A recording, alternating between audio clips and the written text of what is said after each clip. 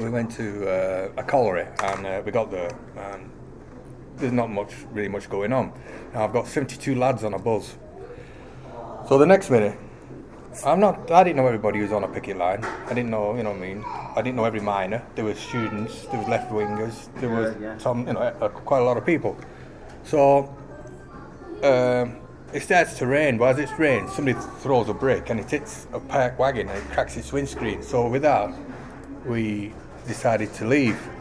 So we had been driving for about 5 minutes, and Chips and about another 20 police vehicles stopped and surrounded the vehicle. So I'm driving the bus, and Chief Inspector gets on, and he said to me, he said, "Who's the top domino?" So nobody answered. So he said, "I will ask you again." He said, "Who's the top domino?" I said, "Maybe I can help you, because it's my bus." He said, "Right." He says, "Who's put that wagon windscreen through? Don't know what you're on about." Yeah. Don't know what you're on about. So he says, "Can you come step off the bus?" A minute like that. And so I said to him, "Mate, come off the bus with me, so I've got, a witness with me."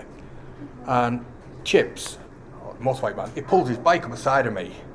So he turns like that. So he took his keys out of the bike and dropped them down the grid. So he gets back on the bus, and this inspector come and he said, "Right, where's the keys out of that bike? Don't know what you're on about, sir." He said, "You know what we're on about. Where's the keys for the bike? Don't know what you're on about." He said, "Give me 2 volunteers and I'll let the rest of you go." And with that, I stood up. I said, "There's not enough room at the cells, lads. Keep your mouth shut." He said, "You drive this bus to prison." And with that, I took 70 lads to prison, or to St. Helens police station, where we were all fingerprinted, photographed, and put on a charge of breach of the peace. And as the magistrate came in, and I'm in the dock as a spokesman, and the magistrate, he reminded me a bit of Roy Kinnear. He looked like Roy Kinnear, and that's all I can remember. This guy looked like Roy Kinnear. So he said to me, the magistrate, he said, "Why did you leave the scene of the crime?" I said, "Because it was raining." He said, "What do you mean it was raining?" I said, "It was raining, so we'd done our job, we'd come home." And he produced all these black and white photographs. He says, "Mr. Brown," he says, "look at that."